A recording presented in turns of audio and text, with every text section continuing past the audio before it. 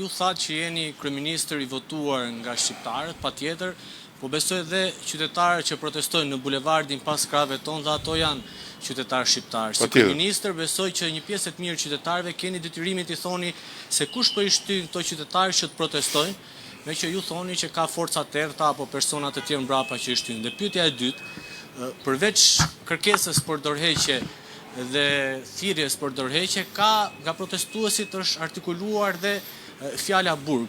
Ju nëse do t'ishit në kushtet... Fjala çfarë? Fjala burg.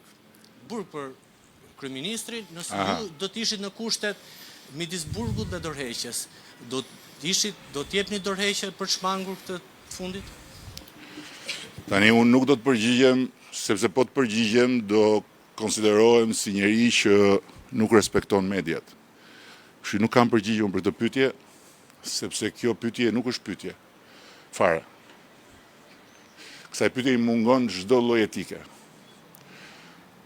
Ndërsa, për sa më takon, unë e di shumë mirë që ata që vinë protestojnë janë shqiptarë.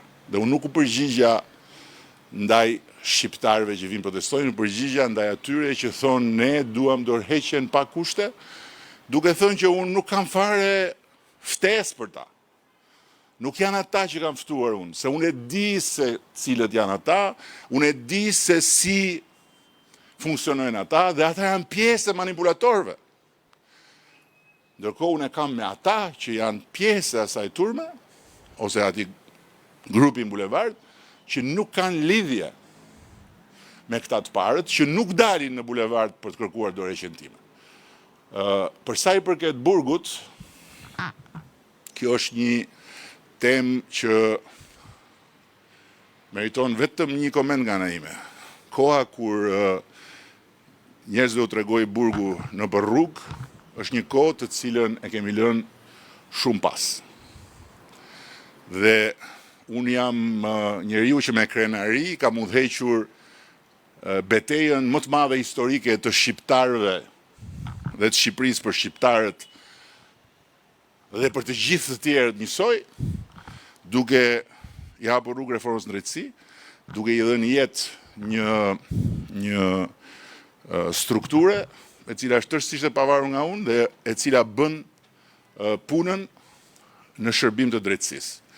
Kështu që janë gjëra tërësisht të ndara.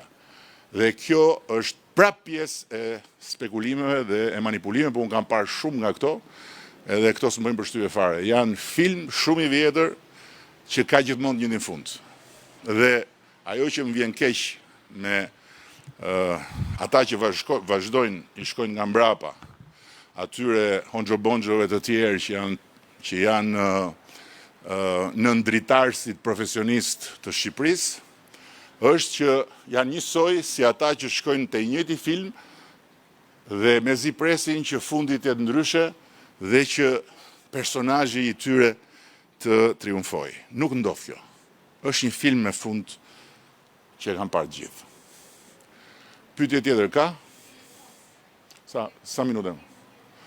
E mirë, ju përgjigja më të rëndësishmëve, kështu që faleminderit dhe shumë fala ju.